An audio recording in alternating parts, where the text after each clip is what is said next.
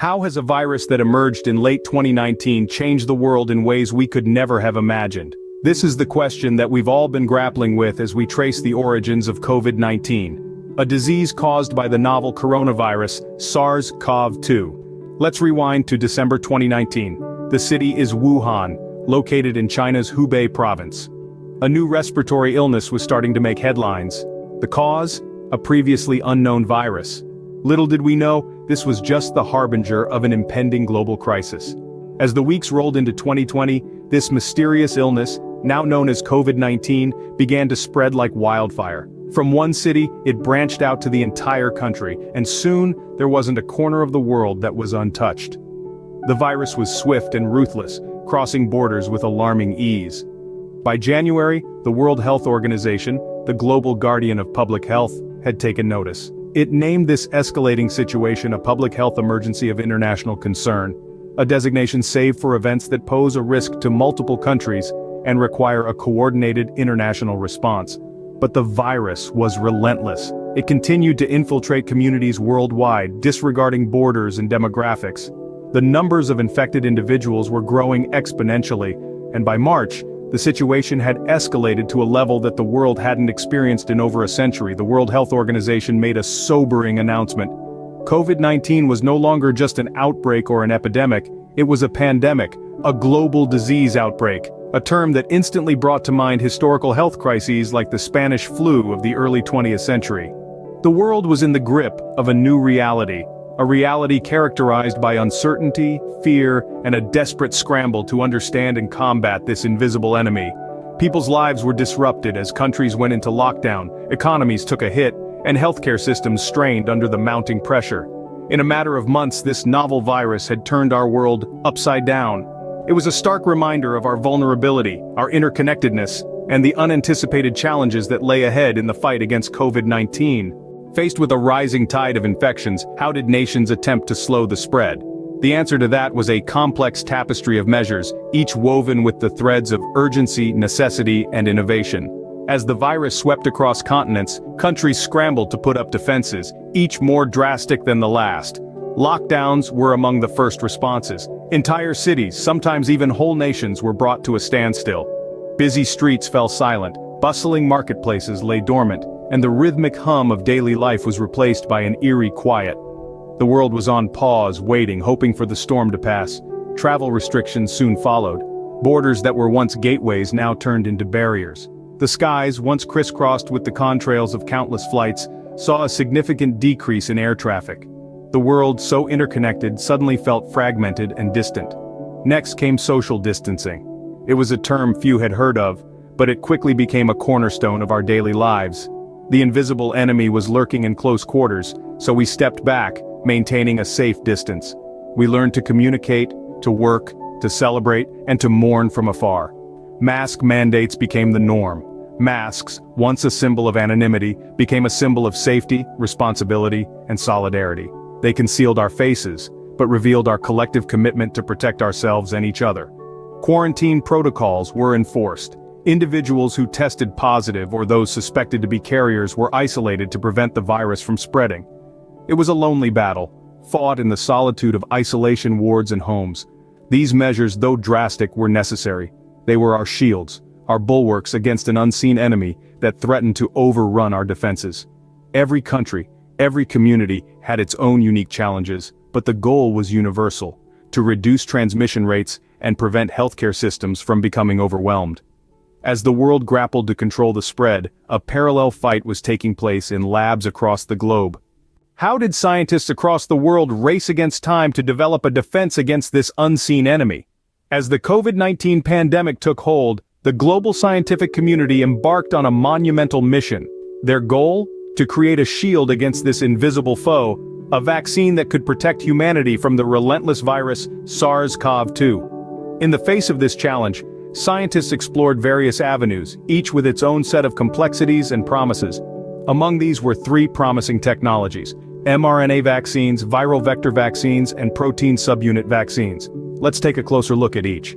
mRNA vaccines, a breakthrough technology, proved to be a game-changer. They work by instructing cells to produce a harmless piece of the virus, triggering an immune response. This approach was used in the development of the Pfizer-BioNTech and Moderna vaccines. Next, we have viral vector vaccines. These use a harmless virus, different from the coronavirus, to deliver a piece of the genetic material from the coronavirus into our cells. This starts an immune response.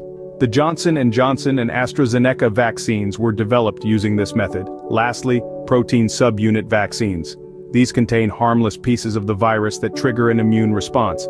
Novavax took this route in their vaccine development, but developing a vaccine is only half the battle. Rigorous clinical trials were necessary to prove these vaccines were safe and effective. These trials, typically conducted in 3 phases, began with a small group of volunteers, gradually increasing in size to thousands of participants. This process, often taking years, was fast-tracked without compromising safety or efficacy, a testament to the urgency of the situation and the incredible efforts of the scientific community. With each successful trial, the vaccines moved a step closer to emergency use authorization, a green light from regulatory agencies like the U.S. Food and Drug Administration and the European Medicines Agency. This would allow for their distribution and administration to the public, a major step in combating the pandemic. With promising results from clinical trials, the world saw a glimmer of hope. As the race continued, this glimmer grew brighter, bringing us one step closer to turning the tide against COVID-19. With the green light from regulatory agencies, how did the world begin to fight back? The answer lies in the massive and unprecedented global rollout of COVID-19 vaccines, which started in late 2020 and early 2021. Once the Food and Drug Administration in the United States and the European Medicines Agency had granted emergency use authorization for various COVID-19 vaccines, the race was on to get these life-saving shots into arms. This was no small task, considering the world's population numbers in the billions. The distribution of vaccines was, and continues to be, a logistical feat of epic proportions. It required careful planning and coordination, from ensuring the cold chain for vaccines that needed to be stored at ultra-low temperatures, to setting up vaccination centers in cities and remote areas alike. But who would get these vaccines first? To answer this, priority groups were identified. Frontline healthcare workers, the ones battling the virus in hospitals and clinics, were at the top of the list. They were, after all, at the highest risk and instrumental in caring for those who fell ill. Next in line were the elderly and those with underlying health conditions. These individuals were more likely to suffer severe outcomes from the virus, making them a priority for vaccination. In some places, essential workers like teachers, grocery store employees, and those in the food industry also got early access to the vaccine. Mass vaccination campaigns were launched, with countries striving to achieve widespread vaccine coverage. This was a race not just against time but against the virus itself. Every person vaccinated was one less host for the virus, one less opportunity for it to spread and mutate. But it wasn't just about getting vaccines to people, it was also about convincing them to take it. Vaccine hesitancy, fueled by misinformation and fear, proved to be a significant hurdle. Public health campaigns worked tirelessly to combat this, stressing the importance of vaccination in controlling the pandemic and returning to a sense of normalcy. But even with vaccines, the battle was far from over. What hurdles have we faced in our fight against COVID-19, even with vaccines at our disposal? Even with the advent of vaccines, the journey has not been without its share of challenges. One major hurdle has been vaccine hesitancy, driven by misinformation, fear, and skepticism. This reluctance to get vaccinated has hindered efforts to achieve herd immunity, a critical factor in controlling the spread of the virus. Then, there's the issue of inequitable distribution. Many low to middle-income countries have struggled with access to vaccines, affecting global efforts to curb the pandemic. This disparity has been a significant obstacle in the global fight against the virus. And let's not forget the emergence of new variants such as Delta and Omicron. These strains have posed fresh challenges requiring ongoing monitoring and adjustments in vaccination strategies. The constantly evolving nature of the virus has made it a moving target, adding complexity to our fight against COVID-19. Despite these challenges, the world's determination to conquer the virus remained undeterred. What has been our greatest weapon in this fight against the pandemic? It's not just the vaccines themselves, but the global scientific collaboration that brought them to fruition. This unprecedented cooperation has seen researchers from every corner of the globe come together, sharing findings, pooling resources, and working tirelessly to combat this common enemy.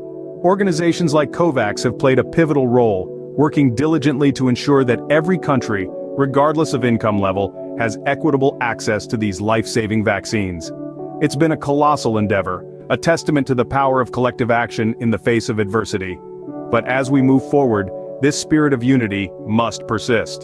The road ahead may still hold challenges, but with continued collaboration and shared determination, we can navigate them. In the face of adversity, we've seen resilience, innovation, and global unity like never before. This is our story of the COVID-19 pandemic and our ongoing fight for